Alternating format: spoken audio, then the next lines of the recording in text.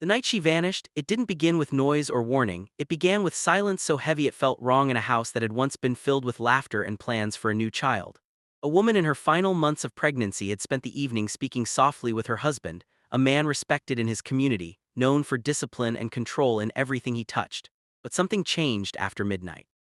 A single message was sent at 2:17 a.m., a message that would later become the center of an investigation no one expected in a neighborhood like this. By sunrise, she was gone, and the man who once held her hand in public was now telling authorities it was a tragic accident, a misunderstanding that got out of hand. But when detectives began to trace the final hours of her life, the details refused to align with his story, and every answer only raised deeper questions about what truly happened behind those closed doors. Before we dive deeper, let us know in the comments where you're watching from. We'd love to hear from you, and don't forget to hit that subscribe button so you never miss any of our upcoming videos. What investigators uncovered next would begin to reshape everything they thought they understood about that night. There were no signs of forced entry, no evidence of struggle that matched the husband's version of events, and yet something about the timeline felt carefully arranged rather than chaotic. The message sent at 2:17 a.m. became the first thread they pulled, and what it revealed suggested a conversation that was never meant to be seen by anyone else. The husband insisted he had nothing to do with her disappearance, but as detectives dug deeper into phone records, personal habits, and private patterns inside the marriage, a different picture began to form, one that placed pressure on the foundation of everything they believed about a perfect marriage, and raised a question that would not leave the case alone. How does a life built on trust reach a point where only one version of events can survive? To neighbors, David Mercer and Lauren Mercer were everything a stable American marriage was supposed to look like. David was a successful project executive in a construction firm, a man known for precision, calm decisions, and a reputation that carried weight in professional circles. Lauren was gentle in presence, warm in speech, and now heavily pregnant with their first child, a detail that made their future seem even more secure. They lived in a quiet suburban neighborhood outside Columbus, Ohio, where mornings were slow, lawns were trimmed, and nothing ever seemed out of place. On the surface, there was no indication that anything in their life could collapse.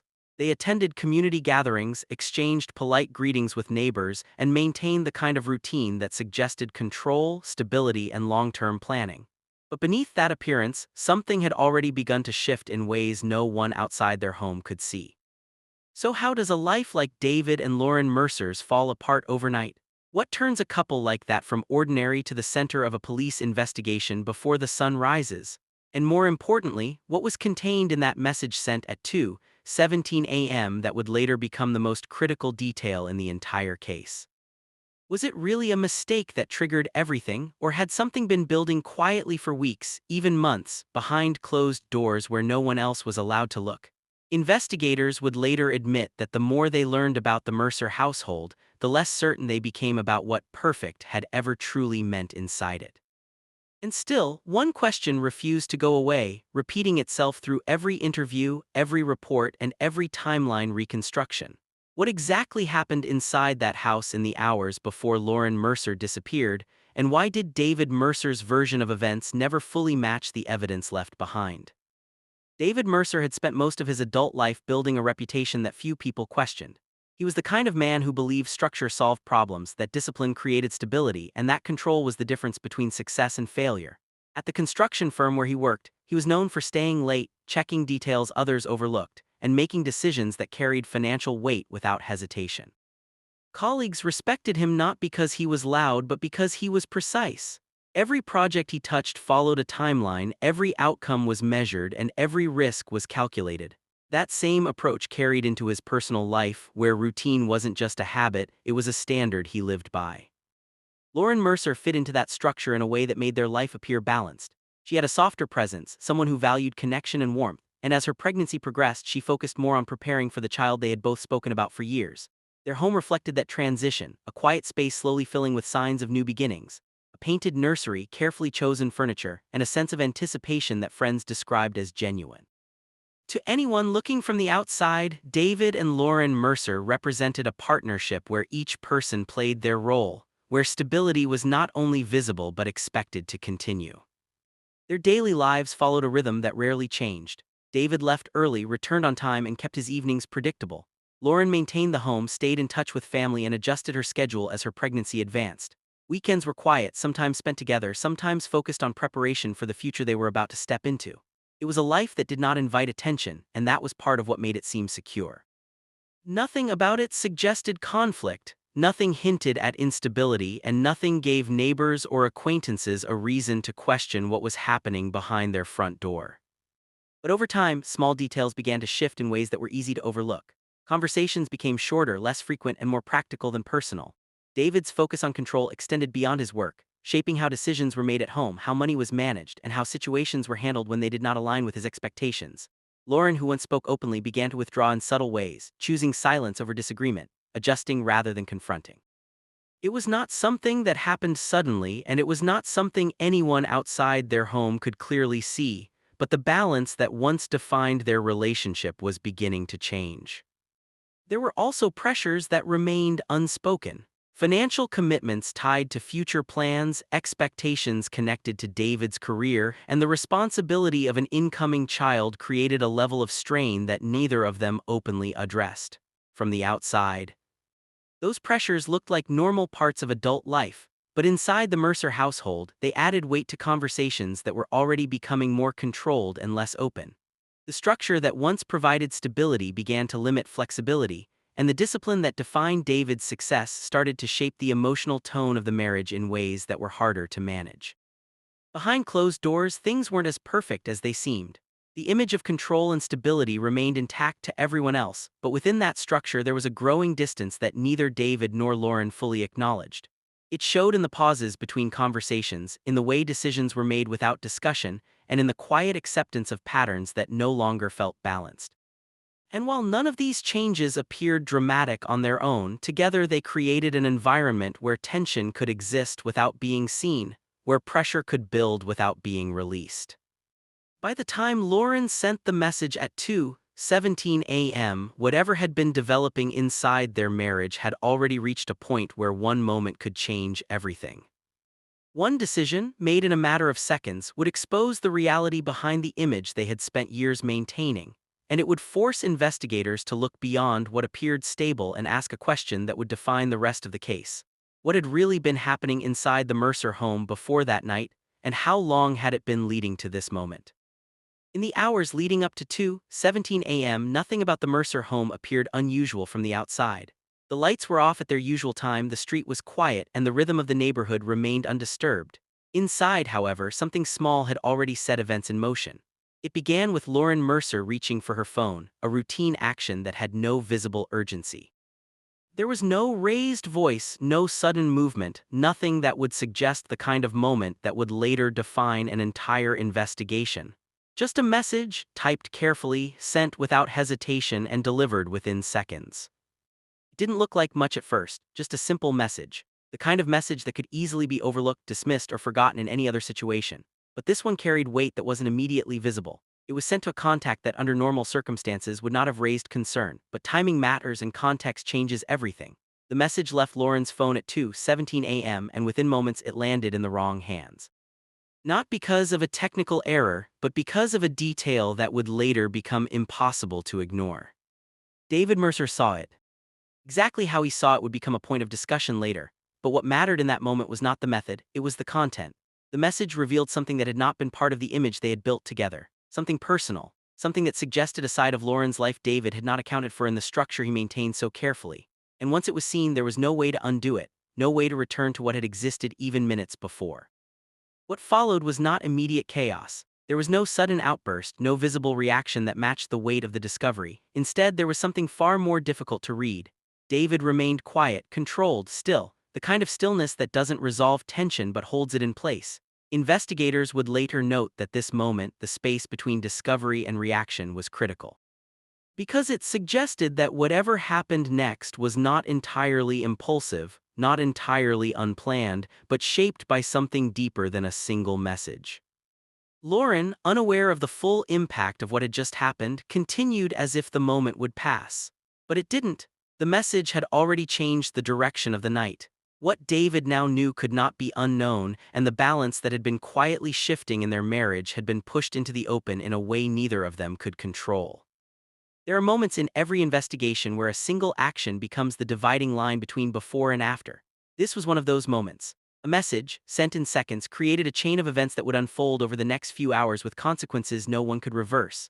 And while the full meaning of that message would take time to uncover, one thing was already clear to those who would later reconstruct the timeline. That was the moment everything changed. After David Mercer saw the message, the atmosphere inside the house shifted in a way that could not be measured by noise or movement, but by something quieter and far more controlled. The night continued, but not as it had before. Time moved forward in small, deliberate moments. A clock somewhere in the house marked each passing minute, steady and unchanged, while everything else began to feel uncertain. Footsteps moved across the floor at intervals that did not follow their usual pattern. Doors opened and closed without urgency. There was no immediate confrontation that anyone could later point to as the beginning. Instead, there was a pause, a space where both David and Lauren existed in the same house, aware that something had changed but not yet confronting what that meant. No neighbors heard anything. No alarms were triggered. There were no calls placed to anyone outside the home, no sudden attempts to leave, no visible signs that anything had escalated beyond control. But inside that house, something had already gone too far. Investigators would later study the timeline in detail, trying to understand whether what happened next was driven by sudden emotional reaction or by a decision that had already begun forming the moment David read the message. The distinction mattered because it would shape how the entire case was understood. One possibility suggested that the tension finally broke into a direct confrontation, that words were exchanged, questions were asked, and answers were given in a way that pushed the situation beyond recovery. In that version, the night unfolded quickly, driven by emotion, where a single argument carried consequences neither of them intended at the start. It was the kind of explanation that could fit within the idea of a mistake, something that escalated in a moment and could not be reversed once it crossed a certain line. The other possibility was quieter and more difficult to define. It suggested that the discovery of the message did not lead to immediate action, but instead created a shift in thinking, a controlled response that unfolded step by step. In that version, the silence inside the house was not empty but deliberate.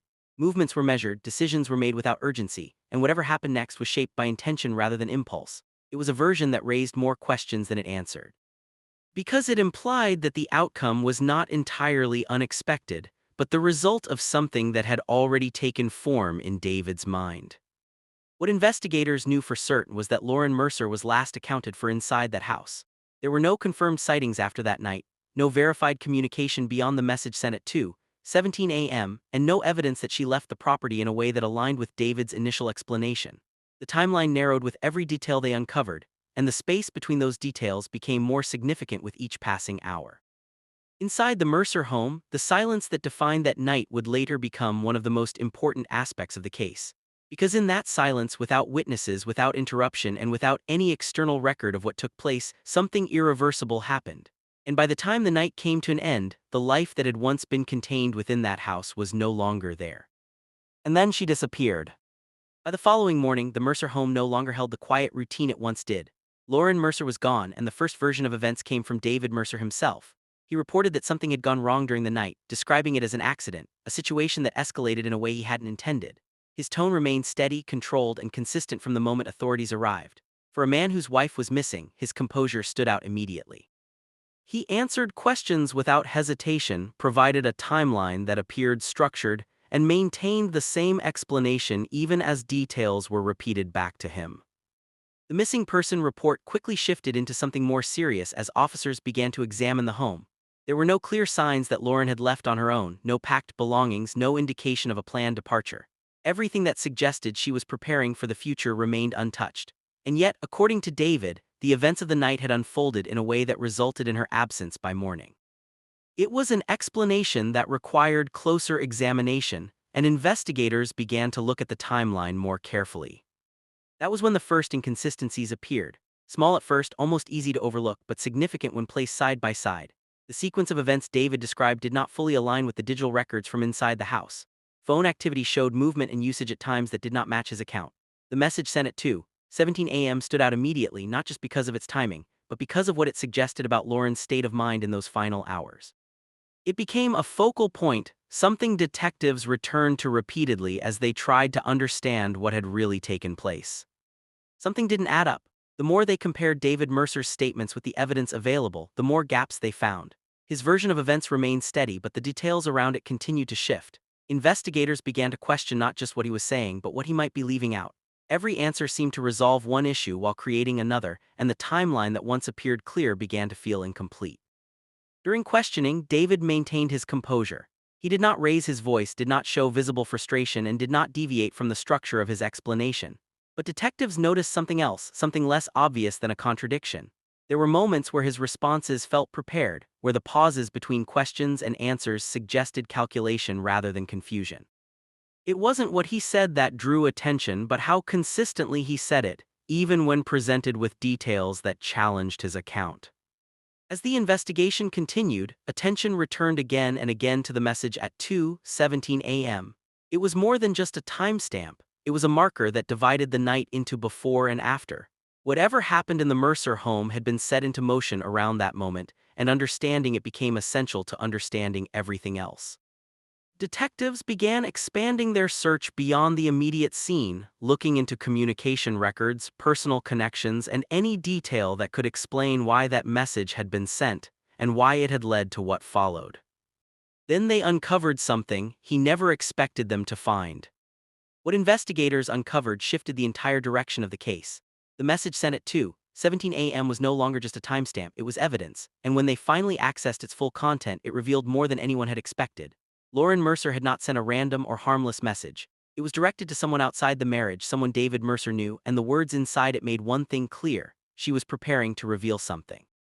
Not publicly, not dramatically, but in a way that would have changed how David was seen by the people closest to him. The message referenced financial decisions that had been hidden, accounts that did not appear in their shared records, and conversations Lauren had recently begun questioning. It was not emotional or impulsive. It was direct, careful, and deliberate. It wasn't just a mistake, it was a trigger, a moment that exposed everything he had been hiding. For David Mercer, whose entire identity had been built around control, structure, and reputation, the message represented more than a private disagreement. It threatened the image he had spent years maintaining. Investigators would later describe this as the point where pressure met exposure. The controlled environment he had created inside his life no longer held, and the possibility of that control slipping into public view became immediate. The message wasn't just seen, it was understood, and once it was understood, it could not be contained. From that moment forward, the events of the night began to make more sense, not as a sudden accident, but as a reaction shaped by fear of exposure and the loss of control. The quiet that followed the discovery was no longer neutral, it was intentional.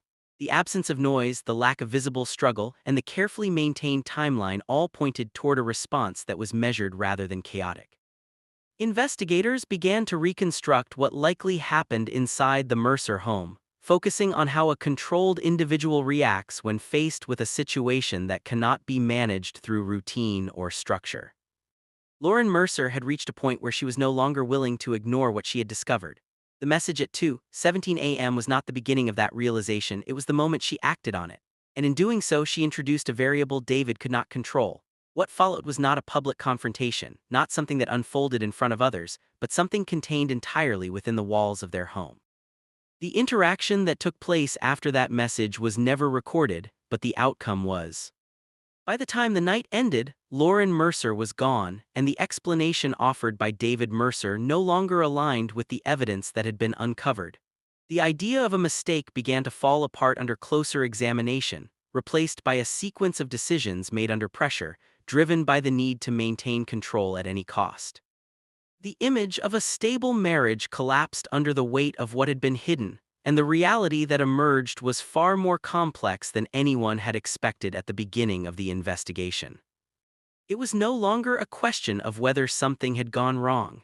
It was a question of how far David Mercer was willing to go to prevent everything he had built from being exposed, and whether that moment at 2:17 a.m. had made the outcome inevitable. The evidence continued to build until it reached a point where the investigation could no longer remain open-ended. David Mercer was taken into custody, and what had once been a quiet suburban case shifted into a public legal process that drew attention beyond his immediate community. In court, the version of events he had maintained from the beginning was presented alongside the timeline investigators had reconstructed piece by piece. The message at 2:17 a.m., the inconsistencies in his statements and the gaps in his explanation were no longer separate details. They were part of a single narrative that pointed in one direction. Throughout the proceedings, David remained composed, the same controlled presence he had shown from the first day. But in the courtroom, that composure was no longer interpreted as stability, it was examined as part of a pattern. Prosecutors focused on the sequence of decisions that followed the moment he read Lauren Mercer's message, arguing that what happened next was not an accident, but the result of a deliberate response to a situation he could not accept. The defense attempted to maintain the position that the night had escalated beyond intention, that a moment of pressure had led to an irreversible outcome. But as the details were presented in full, the weight of the evidence made that explanation increasingly difficult to sustain. To the outside world, it made no sense. How does someone with everything risk it all over one moment? For many observing the case, the answer was not found in that single moment, but in what it represented. David Mercer had built his life around control, around the ability to manage outcomes and maintain a consistent image. The message Lauren sent at 2:17 a.m. threatened that structure in a way he could not contain. It introduced exposure, uncertainty, and the possibility that the life he had constructed would be seen differently by others. In that context, the events of that night were not just about a message, but about the collapse of control under pressure. Public reaction reflected that tension. Some viewed the case as a sudden failure, a situation where one decision led to consequences that could not be undone. Others saw it as the result of something that had been building beneath the surface for much longer, where the appearance of stability masked deeper issues that were never addressed. In both perspectives, the same question remained at the center. Was it truly one moment that changed everything, or was that moment simply the point where everything that had been hidden could no longer remain contained? In the end, the case of David Mercer and Lauren Mercer left behind more than a timeline and a verdict. It left a question that refused to settle, even after every detail had been examined and every explanation had been presented. The message sent at 2:17 a.m. was the moment everything changed, but it was not the beginning of the story. It was the point where something already under pressure finally gave way. For some, it remained a single mistake that led to consequences no one could reverse. For others, it was the outcome of a pattern that had been building quietly over time, hidden beneath structure, routine, and the image of control. What made the case difficult to forget was not just what happened that night, but what it revealed about how easily appearances can hold, even when something beneath them is no longer stable. David Mercer had built a life defined by order and precision, but when that order was challenged, the response exposed a side of him that had never been visible to those around him. Lauren Mercer's decision to act, to question, and to send that message became the point where everything that had been contained could no longer remain hidden. Because sometimes it's not the mistake that destroys everything, it's what was already broken long before it happened. What do you think really happened that night inside the Mercer home? Do you believe David Mercer lost control in a single moment after seeing that message at 2:17 a.m., or was this something that had been building long before Lauren Mercer ever picked up her phone? When you look at everything, the structure of their life, the pressure, the silence, and the choices that followed, does it feel like a mistake, or something that was always going to happen once the truth came close to the surface? Let me know your thoughts in the comments, because in cases like this, the line between one moment and a long pattern is never as clear as it seems. And if you found this story compelling, don't forget to subscribe for more real-life cases like this.